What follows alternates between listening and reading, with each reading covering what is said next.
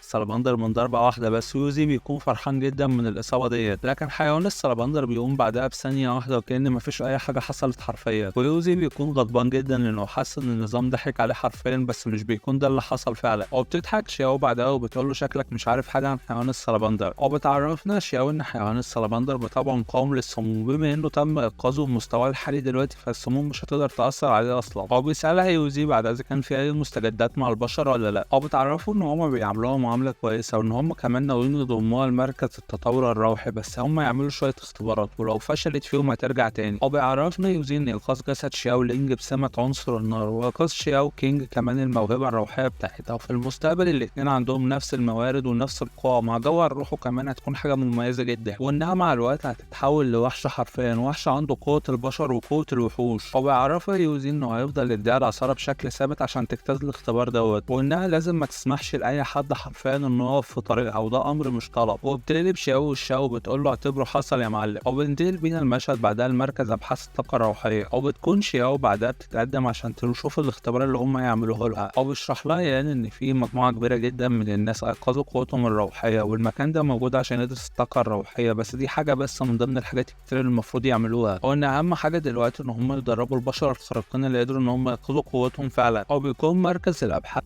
تحت الارض كبير جدا وبشكل مذهل جدا، وبيكون في مجموعة من البشر كبيرة جدا تم ايقاظهم وهم دلوقتي متجمعين عشان الاختبار. وبيعرفنا زعيم مركز الابحاث بمجموعة الشباب، وبيقول لهم ان العالم دلوقتي بيتغير، وان احنا لازم نطور من نفسنا والا ان احنا هنتمحي تماما، وان البشر لازم يتطوروا والا الحيوانات هي اللي هتتطور وهتقضي عليهم بشكل كامل، وعشان كده المستقبل كله ما بين ايديك ويا المستيقظين. وان مركز الابحاث اللي هو عمله ده موجود عشان يقدر يعلم الناس ازاي يستيقظوا بسرعه وبقوه، وكمان يتحكموا في قوتهم بشكل مباشر عشان يقدروا يحموا البشر من الوحوش. وان بدايه الاختبار ده هي الاختبار الحقيقي للبشر، وان احنا لازم نفوز مهما حصل. وبيتحمس الشباب جدا بسبب الزعيم. وبيجي ابو شنب ده ويقول لهم: هتبدا الجوله الاولى دلوقتي من الاختبارات، وهيكون الاختبار عن مقدار الطاقه الروحيه كل واحد فيكم. وبيبدا اول واحد وبيكون عنده 1200 طاقه روحيه، وده بيكون المستوى المتوسط. ومش كل الناس بتنجح، واغلبيه الناس اللي بتكون متقدمه بتكون مستوى متدني ضعيف جدا، لدرجه ان الطاقه الروحيه بتاعتهم بتبقى ما بين 30 50 150 270 وهكذا. وبيكون ابو شنب متعصب جدا لان اغلبيه الجيل ده مستوى متدني جدا في الطاقه الروحيه. وبتتقدم بنت اسمها لينج بعدها، وبينور مقياس الطاقه بشده جدا بسبب طاقتها الداخليه. وابو شنب بيكون مصدوم جدا لان طاقتها الداخليه كانت واصله ل 2000 نقطة بالكامل، أو بيكون الشباب مفتونين جدا بلينج بسبب إن القطعة الداخلية قوية جدا. وبعدها بيجي دور شياو، أو بتكون لينج بتراقب النتيجة بتاعتها، أو بيسأل زعيم معهد الأبحاث يعني يا ترى البنت اللي أنت جبتها دي تقدر تتفوق على النتيجة بتاعت ال2000 نقطة ولا لأ، وبيقول له يعني ما تستهونش بالشخص استيقظ مع قدرة النار. أو بيكون الزعيم مهتم جدا بيها وعايز يعرف المستوى بتاعها يوصل لغاية فين. وبتتقدم شياو بعدها عشان تقيس الطاقة الداخلية بتاعتها، واللي أول ما بتلمسه بيحصل انفجار غير طبيعي حرفيا في المكان. وأبو شنب بيكون مصدوم جدا إنها قدرت توصل ل5000 درجة حرفيا. أو بيتصدم الزعيم ويعني إنها قدرت توصل ل5000 نقطة مرة واحدة في الطاقة الروحية وهي لسه مبتدئة. لا كده وبس، دي كمان الطاقة قدرت تكسر حاجز ال6000 نقطة ولسه بتزيد. والمكان بيتملي بالانفجارات من كتر الطاقة الروحية اللي عندها. وبتتأثر كل مجموعة الشباب اللي كانت موجودة بسبب الصدمة بتاعت الطاقة الروحية بتاعتها. ومن كتر الزيادة بتاعت الطاقة الروحية بتاعتها الجهاز بيتدمر حرفيا ومش بيكونوا عارفين مستواها ايه، بس الظاهر ان هي بتكون اعلى واحدة موجودة. وزعيم مبنى الابحاث بيكون مبسوط جدا وقاعد يضحك من كتر الصدمة. ولينج كمان بتكون مصدومة ومش مصدقة ان مجرد بنت رفيعة من الجبل ممكن يكون عندها كمية الطاقة ديت. ودلوقتي بيقول لنا ابو شنب ان الجولة الاولى من الاختبارات انتهت وجه دور الجولة التانية وهي هتكون اختبار القدرة، وان الناس اللي وصلوا اقل من طاقة روحية 100 مش هيقدروا يخشوا الاختبار التاني ويكونوا هم دول اللي فشلوا. وبيكون ين هو الممتحن الخاص بيهم بتاع قدرة التحمل الخارقة بتاع الاختبار التاني. وبتسأله بنت من الاختبار هل انت بس اللي هتكون اللي بتختبرنا ولا في اي حاجة تانية. وبيعرفهم يعني ان الاختبار التاني سهل بسيط جدا، ان اي حد هيلمسه باي طريقة كانت هيكون هو الفايز. وبينتقل بينا المشهد بعدها ان بيكون كل الشباب حرفيا واقعين على الارض ومفيش حد فيهم قدر يلمس يان لغاية دلوقتي. وبيفضل يان بعدها يتريق عليهم حرفيا. وبيعرفوا ان هم هيطردوا لو فشلوا في الاختبار دوت. وبتقومش اول لينج بعدها عشان يواجهوا المرة التانية. وبنعرف ان عدى 10 دقايق بالظبط ولسه مفيش اي حد لمسه من بداية الاختبار. وبيكون يان قاعد ينرفز فيهم عشان يطلع كل اللي عندهم حرفيا، بس شياو ولينج هما الاتنين بيكونوا تعبانين جدا ومجهدين على الاخر. لكن شياو بتطلع كل طاقتها حرفيا من كتر النرفزة اللي كان بينرفزها لها يان. وبتحاول انها تهجم عليه باستخدام عنصر النار مع طاقتها الروحية في منتهى السرعة. وبيكون يان مصدوم انها قدرت تستخدم عنصر النار عشان تزود سرعتها بيه. وبيلاحظ يعني ان تحركات شياو اختلفت بشكل كبير جدا بعد استخدام عنصر النار. ومن كتر سرعتها العالية في المكان بيقول مستحيل دي تكون مستوى مبتدئ ابدا. وبيكون الزعيم مبسوط جدا باللي بيحصل مع شياو. اما يان بيكون في موقف لا يحسد عليه لانه بيقدر يتفادى الضربات بتاعت شاو في منتهى الصعوبة وعلى اخر لحظة. وبتقول له شاو ما تفكرش حتى انك هتهرب، انا همسكك يعني همسكك. وبيحس ان سرعة شاو كل مدى بتزيد اكتر واكتر. ومرة واحدة هوب بتيجي ضربة في رقبة شاو محدش بيكون عارف منين. وبتطلع لينج هي اللي ضربتها على غفلة. وبيكون يان مصدوم لان الموقف ده غير طبيعي بالمرة. وبتقع شاو على الارض ولينج بتقدر تلمس يان وبالشكل ده بتكون هي اللي كسبت. وبيتم اعلان ان الجولة التانية انتهت بالكامل. وبيجري يان بعدها عشان يطمن على شياو. وبيكون عايز يطمن عليها لان هي ذو مستقبل باهر جدا وبيشوف اذا كانت هي بتنزف ولا ايه الدنيا معاها. وبتفتكر شياو كلام يوزي ان هو ما ينفعش اي حد انه يقف في طريقها عشان ما تفشلش في الاختبار. وبتكون شياو في قمة غضبها حرفيا لان لينج استغلتها بالكامل عشان تقدر تكسب هي. وبتبتدي لينج انها تنرفز فيها وبتقولها ان هي بتمتلك 6000 طاقة مع ذلك مش عارفة تعمل بيهم حاجة. وبتغضب شياو اكتر واكتر وبتنشط كل طاقتها حرفيا. وبتهجم في منتهى السرعة على لينج وبتمسك وشها وبترزعها في الارض. وبتحصل صدمة كبيرة جدا في المكان من قوة الضربة. وبتكون شياو غضبانة جدا لانها حست انها خسرت في السباق دوت. وبتطلب منها لينج انها تبعد عندها لان الاختبار انتهى واذا كانت هي عايزة تقتلها ولا ايه الدنيا. وبتقول لها شياو بكل غضب ايوه انا هقتلك هنا وحالا. وبتجمع شياو كل طاقتها في ايديها حرفيا عشان تضرب لينج. وبتكون لينج مرعوبة حرفيا من كتر القوة اللي بتستخدمها شياو عليها وانها ممكن تقتلها فعلا. وبتنفجر من شياو كمية طاقة رهيبة جدا من جسمها. وبيتدخل يعني على اخر لحظة وبيقول لها اهدي يا شياو انت برضه كسبتي ما تقلقيش. وبيعرف شياو ان هي برضه كسبت لان الكلمات اللي اتقالت قبل كده عشان تبذل كل مجهودها وتطلع كل اللي عندها، لكن هي بالنسبة للاختبار فهي نجحت برضه. وبتتحول شياو من الشكل المرعب للشكل الهادي وبتقول لهم شكرا شكرا شكرا. اما بقى بالنسبة للينج فهي حرفيا قطعت الخلف خلاص البت راحت عليها. اما يان فبيحس بالصدمة لان هو بيحس ان عاجلا ام اجلا مش هيقدر ان هو يكبح دماغ شياو. وبيقرر الزعيم انه يصب عليها كل الموارد عشان تكون اقوى واسرع واحسن من اي حد في الجيل دوت. وبالشكل ده بتكون شياو اجتازت الاختبار وقدرت تنضم لصفوف البشر. وبتبلغ يوزي بعدها بكل اللي حصل وهو بيكون مبسوط بسبب انها نجحت في الاختبار. وبيفضلوا ينبسطوا هما الاتنين ان هما دلوقتي قدروا يوصلوا لمستوى البشر وقدروا يعرفوا كل حاجه عنهم بمنتهى السهوله. وبنعرف بعدها كمان ان القرويين اللي موجودين في الجبل عزلوا من المكان بسبب ان هو بقى منطقه صفراء. وبينتقل بينا المشهد بعدها ان المكان خلاص بقى في الشتاء وان يوزي ابتدى يطور الفروع بتاعته بشكل افضل واحسن.